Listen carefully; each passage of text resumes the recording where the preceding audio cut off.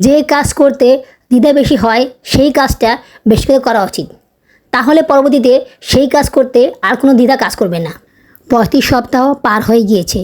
দিন যতই যায় টেনশন ততই বাড়তে থাকে। বেবি জেন্ডার না জানার কারণে বাবুর জন্য জামাকাপড় কিনতে পারতেছি না। এই কারণে মনটা প্রায় সময় খারাপ থাকে, কিচ্ছু ভালো লাগে না। কত শখ করেছিলাম আমি বাবুর জন্য পছন্দ করে জামাকাপড় কিনবো, কিন্তু সেগুলো কিনতে পারতেছি না।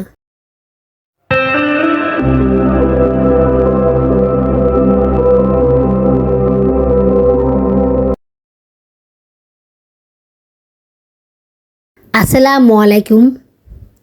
আমার চ্যানেলে এবং পেজে তোমাদের সবাইকে স্বাগতম জানাচ্ছি। তোমরা সবাই কেমন আছো?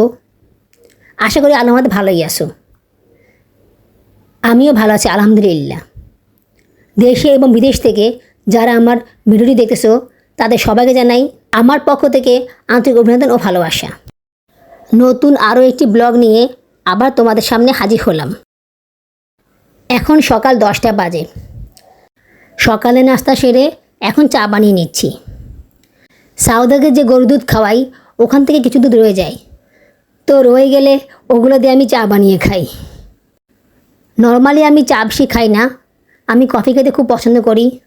তবে প্রেগনেন্সিতে কফিটা অনেক বেশি ক্ষতিকর, এই জন্য কফি খাওয়া বাদ দিয়ে দিয়েছি। তো মাঝে মধ্যে কফি খেতে খুব ইচ্ছে করলে তখন চা বানিয়ে খাই। লাল চা, দুধ চা এই দুটোই নিয়মিত খাওয়া হচ্ছে। তবে প্রতিদিন চা খাই না, যখন খুব বেশি খারাপ লাগে তখন চাটা খাই। প্রেগনেন্সিতে আবার প্রতিদিন একই রকমের খাবার খেতে ইচ্ছা করে না, তখন আবার চা খাওয়াতে অভুক্তি লেগে যায়। আজকের চা বানানোটা মনে হয় পারফেক্ট হয়েছে।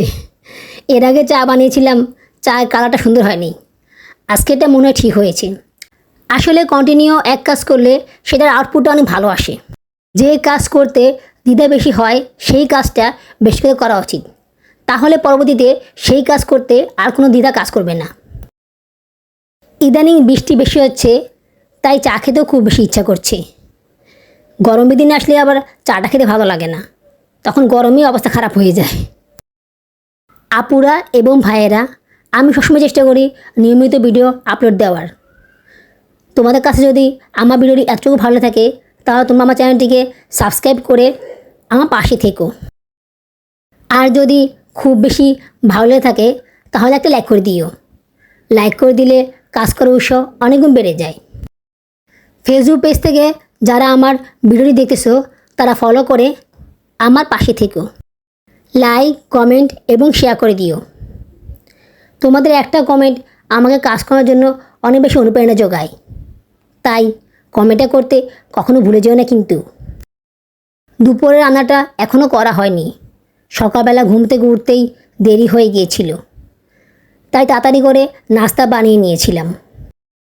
এই সময়টা আমার কাজ করতে অনেক বেশি আলসেমি লাগে, একদমই ইচ্ছা করে না। আর সকালবেলা নাস্তা খাওয়ার পরে অনেক বেশি টায়ার্ড লাগে, প্রচুর ঘুম পায়। যদিও ঘুমটাকে আটকানোর জন্য চাটা খাচ্ছি, তারপরেও মনে হচ্ছে না যে আমি ঘুমটাকে আটকাতে পারবো। কয়েকদিন ধরেই ডান চোখে খুব ব্যথা করছিল। ব্যথা করতে করতে কখন যে ডান চোখের মণির পাশে লাল হয়ে গিয়েছিল বুঝতেই পারিনি। এই দেখো কী অবস্থা লাল হয়ে। এখন লালটা কম আছে, রাতেরবেলা একটু বেশি লাল হয়ে যায়, খুব ব্যথা করে, চোখ দিয়ে পানি পড়ে, ক্যাতর জমে। ডাক্তার দেখিয়েছিলাম, ডাক্তার বলেছিল চোখে ডাক্তার দেখাতে, কিন্তু ঘর থেকে বেরোতে ইচ্ছা করছে না। বাবুরাবু আমাকে বলেছে তুমি একা একা যেয়ে ওষুধ নিয়ে আসো। উনি তো অফিসে থাকবেন, তাই উনি যেতে পারবেন না। আর যদি উনি যায় তাহলে আগাম সপ্তাহে যাওয়া লাগবে, সেক্ষেত্রে অনেক বেশি লেট হয়ে যাবে। দেখি কি করা যায়, আমিই যাব কষ্ট করে। রান্না করার জন্য কিচেনে চলে আসলাম। আজকে আর ঘুমাইনি, এখন বেগুনটা কেটে নিচ্ছি। আজকে আলু বেগুন দিয়ে তরকারি রান্না করব। অনেকদিন ধরে বেগুন খাওয়া হয় না। বাবুরাবুকে কয়েকবার বলার পরে কালকে রাতে বেগুন নিয়ে এসেছে। আসলে উনি যখন বের হন তখন অনেক রাত হয়ে যায়, এত রাতে সবজি সব পাওয়া যায় না, যার কারণে অনেক সময় সবজি আনতেও পারেন না। আবার সকালবেলা তাড়াহুড়ো করে অফিস চলে যান, সেক্ষেত্রে উনি কিনে দিতে পারেন না। অনেক সময় আমি গিয়ে নিয়ে আসি, বাট ইদানিং শরীরটা এত খারাপ লাগে যে আমি ঘর থেকে বের হতেই পারি না। বের হব কি, আমি তো হাঁটতেই পারি না। কোমর ব্যথা করে আর ডান পাটা খুব ব্যথা করে, হাঁটতে খুব কষ্ট হয়, খোঁড়ায় খোঁড়ায় হাঁটি আমি। তারপরও যাওয়া যেত, কিন্তু এই 6 তলা বেয়ে ওঠানামা করতেই অবস্থা খারাপ হয়ে যায়, আমি অনেক অসুস্থ হয়ে যাই। এরপরে আবার বাসায় এসে সবজি কেটে রান্নাবান্না করার এনার্জি থাকে না, খুব বেশি খারাপ লাগে তখন আমার, তাই আর বের হতে পারি না। এই জন্য প্রায় সময় ডিম ভাজি দিয়ে ভাত খেতে হয়। মাঝে মধ্যে ডিম ভাজি, ডিম ভুনা, আবার দেখা গেল যে আলু ভাজি করে খাই, কারণ এই দুটো জিনিস সবসময় ঘরে থাকে, তাই আর তেমন কোনো সমস্যা হয় না। 35 সপ্তাহ পার হয়ে গিয়েছে, দিন যতই যায় টেনশন ততই বাড়তে থাকে। যেহেতু খুব বেশি সময় নেই, তাই সিজারের ভয় অনেক বেশি আতঙ্কে থাকি। প্রতিবার সিজারের সময় এই ভয়গুলো কাজ করে। সিজার মানেই তো একটা বড় একটা অপারেশন, সেই অপারেশনে কি হবে না হবে, বেঁচে ফিরতে পারবো কি না, সেই ভয়ে সবসময় কুঁকে থাকি। অনেক সময় রাতেরবেলা ঘুমের মধ্যে খারাপ স্বপ্ন দেখি, মানে কী যেন অদ্ভুত স্বপ্ন দেখি। বেশি টেনশন করি তাই হয়তো বা এরকম স্বপ্ন দেখি। তাছাড়া বাচ্চাদের নিয়েও অনেক বেশি খারাপ লাগে, এইদিকে মনটাও ভালো থাকে না। বেবি জেন্ডার জানতে পারছি না, এই কষ্টে দুঃখে আমার ঘুম আসে না, বারবার শুধু টেনশন হয় বেবি জেন্ডার জানতে পারবো কি না। আমার খুব শখ বাবুর জন্য নিজে পছন্দ করে জামাকাপড় কিনবো। বাবুর আব্বু তো সেভাবে জামাকাপড় কিনতে পারে না, তাই টেনশনটা আরও বেশি কাজ করে। বাবুর আব্বু কালকে রাত্রে আমরা কিনে নিয়ে এসেছিল, এখন কেটে নিলাম। কাসুন্দি দিয়ে আমরা খেতে আমার কাছে ভালো লাগে না, তারপরও আজকে কাসুন্দি দিয়ে আমরাগুলো মাখিয়ে নিলাম, দেখি খেতে পারি কি না।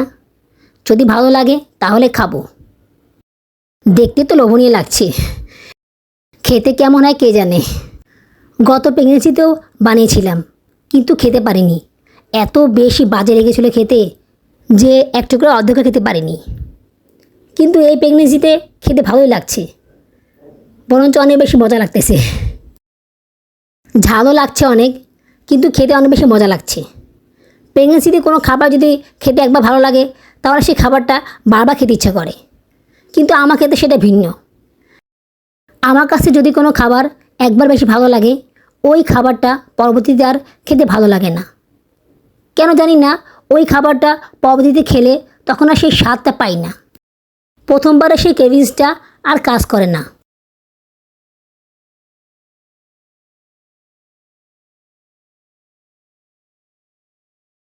চুলায় রান্না বসিয়ে দিলাম। ইদানিং রান্না করতে একদমই ইচ্ছা করে না, প্রচুর বিরক্ত লাগে। আর যদি গরমের দিন হয় তাহলে তো কথাই নেই, তখন তো অনেক বেশি ঘেমে অবস্থা খারাপ হয়ে যায়, অস্বস্তি লাগে অনেক বেশি। কিন্তু কি করব, রান্না তো করতেই হবে। সব কাজ স্কিপ করা যায়, বাট রান্নার কাজটা স্কিপ করা যায় না, সেটা করতেই হয়। বেবি জেন্ডার না জানার কারণে বাবুর জন্য জামাকাপড় কিনতে পারতেছি না, এই কারণে মনটা প্রায় সময় খারাপ থাকে, কিচ্ছু ভালো লাগে না।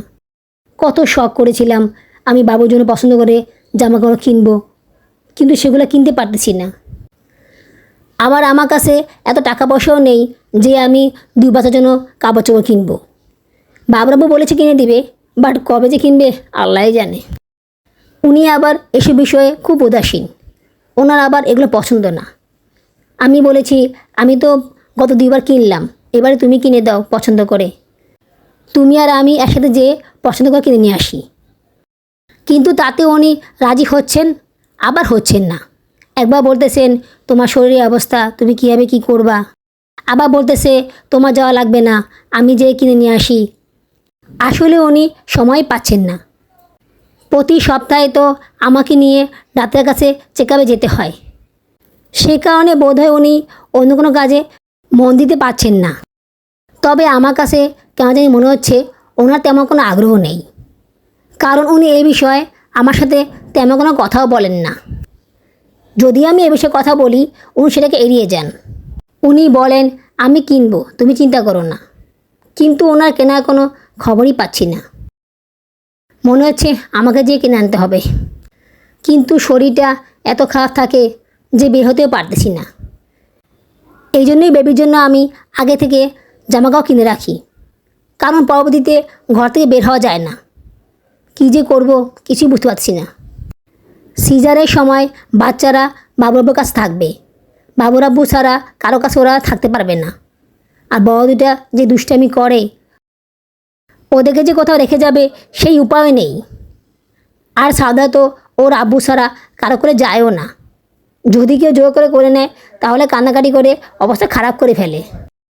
আসলে আমরা এখানে একা থাকি তো, সবাই তেমন বেশি যাওয়া আসাও করে না, যার কারণে বাচ্চারা খুব বেশি কমফোর্টেবল ফিল করে না।